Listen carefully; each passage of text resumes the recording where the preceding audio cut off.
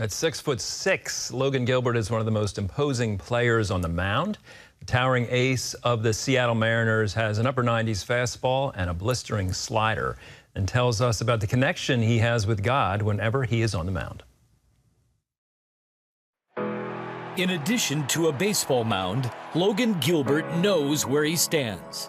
Having a really good sense of your identity and where that comes from is the most important thing for me, and that's helped me in the journey.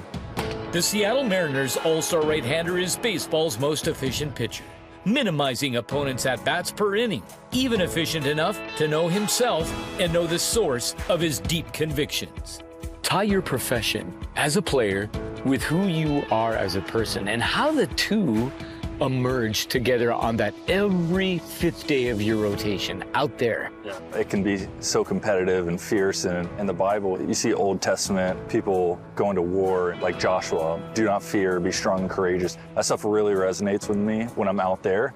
This supernatural peace that will find you in really tough situations and circumstances. And I'll pray before the games, and then when I get out there, I'm completely in the moment, completely competitive. The two come together every single time. Just eternal connection with God. At what point do you know you have it? Usually right before I start my bullpen, I'll pray out there for a minute or two. I do all my warm-ups, running around, and then that's when I take a second to just to be still for a couple moments. That's, I think, when it clicks for me. And then, of course, I'll be nervous right before the game, and then when I go out there, it's where I really feel most comfortable. So, Logan, you'll know you have it here before you actually throw a pitch? Oh, yeah, definitely. Wow, that's pretty cool. Yeah, it's deep, too, like at a soul level. You don't necessarily know that things are going to go perfect, but you know that regardless of how things go, that you'll be okay because you have something so much greater. You have eternal significance and security from God, that it's not proving yourself in some way. That primary pitch that your go-to, what is the grip? Can you show me and your release on it? Yeah, the four-seam fastball. I have the horseshoe going out to the left side there with my fingers together. This is the one that I get the farthest extension on. You're trying to throw it as fast as you can, and that's what we go to all the time. Use it early in counts, finish counts, try to get strikeouts. Does it make it a pitch-by-pitch account for you every game? It's almost like draining at times, because every single pitch, you go through the same commitment, mental process, and it happens every 15 seconds or whatever.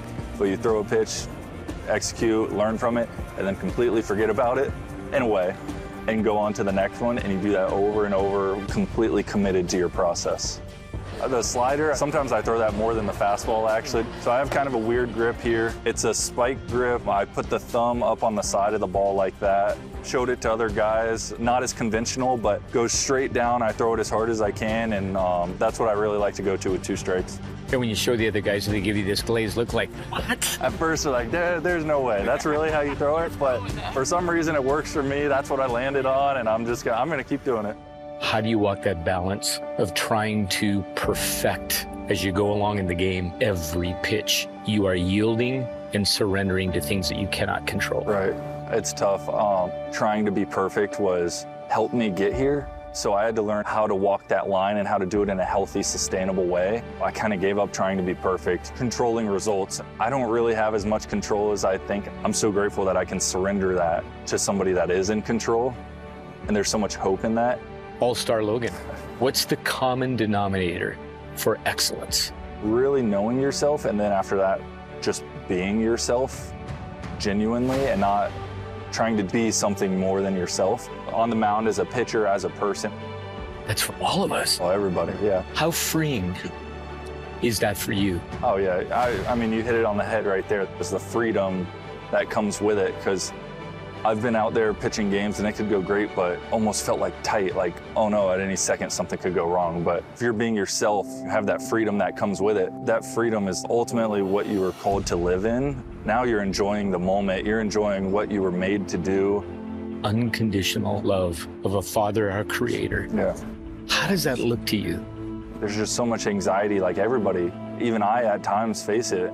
When you have that unconditional love, you know the source that gives that to you.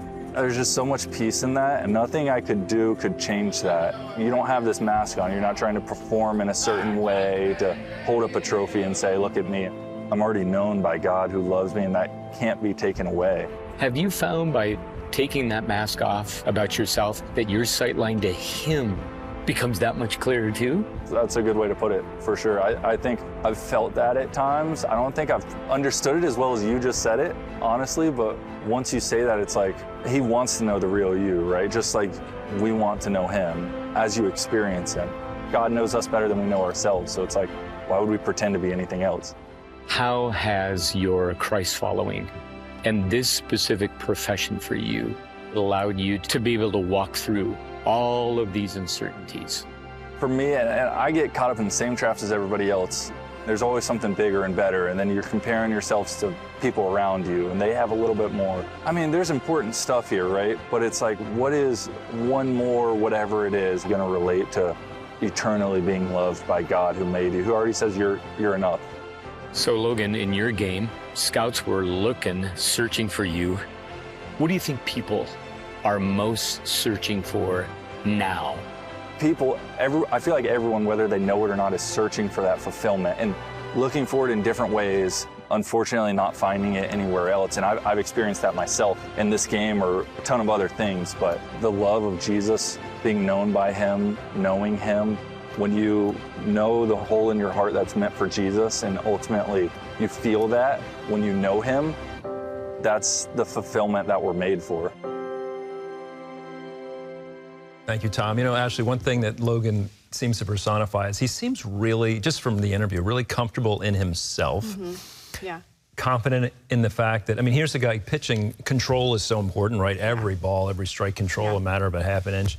And he just says, I can't control everything. I got to leave it to a God who I've surrendered to. He seems like a man living a surrendered life, doesn't he? Absolutely. No, 100%. Yeah. You know, and I think he also shows that, I was reading recently how a lot of times if we really begin to understand who we are at the core, a lot of life's struggles go away. And comparison's one of those things. You know, he talked about, even at his level of his career, he can't spend his time comparing himself to his colleagues. Yeah, absolutely. I mean, I definitely love and appreciate that he's so outspoken about his faith, but something else that I think is he's just dedicated to the process. And I think that's such a great reflection for us as Christians. No matter what we are doing, no matter what our profession is, as believers in Jesus, we have to be dedicated to the process and the journey of faith, because we've said this before, it is not a sprint. It is definitely a marathon, and you have to be dedicated to that. Yeah, and he talked about the mental part of the game. He does get nervous beforehand. A lot of the athletes talk about that. But then once they're on the mound or on the field or on the court, that kind of goes away because it's time for action. Yeah. Right? And we can learn a lot from these guys. Great wisdom there from Logan. Absolutely.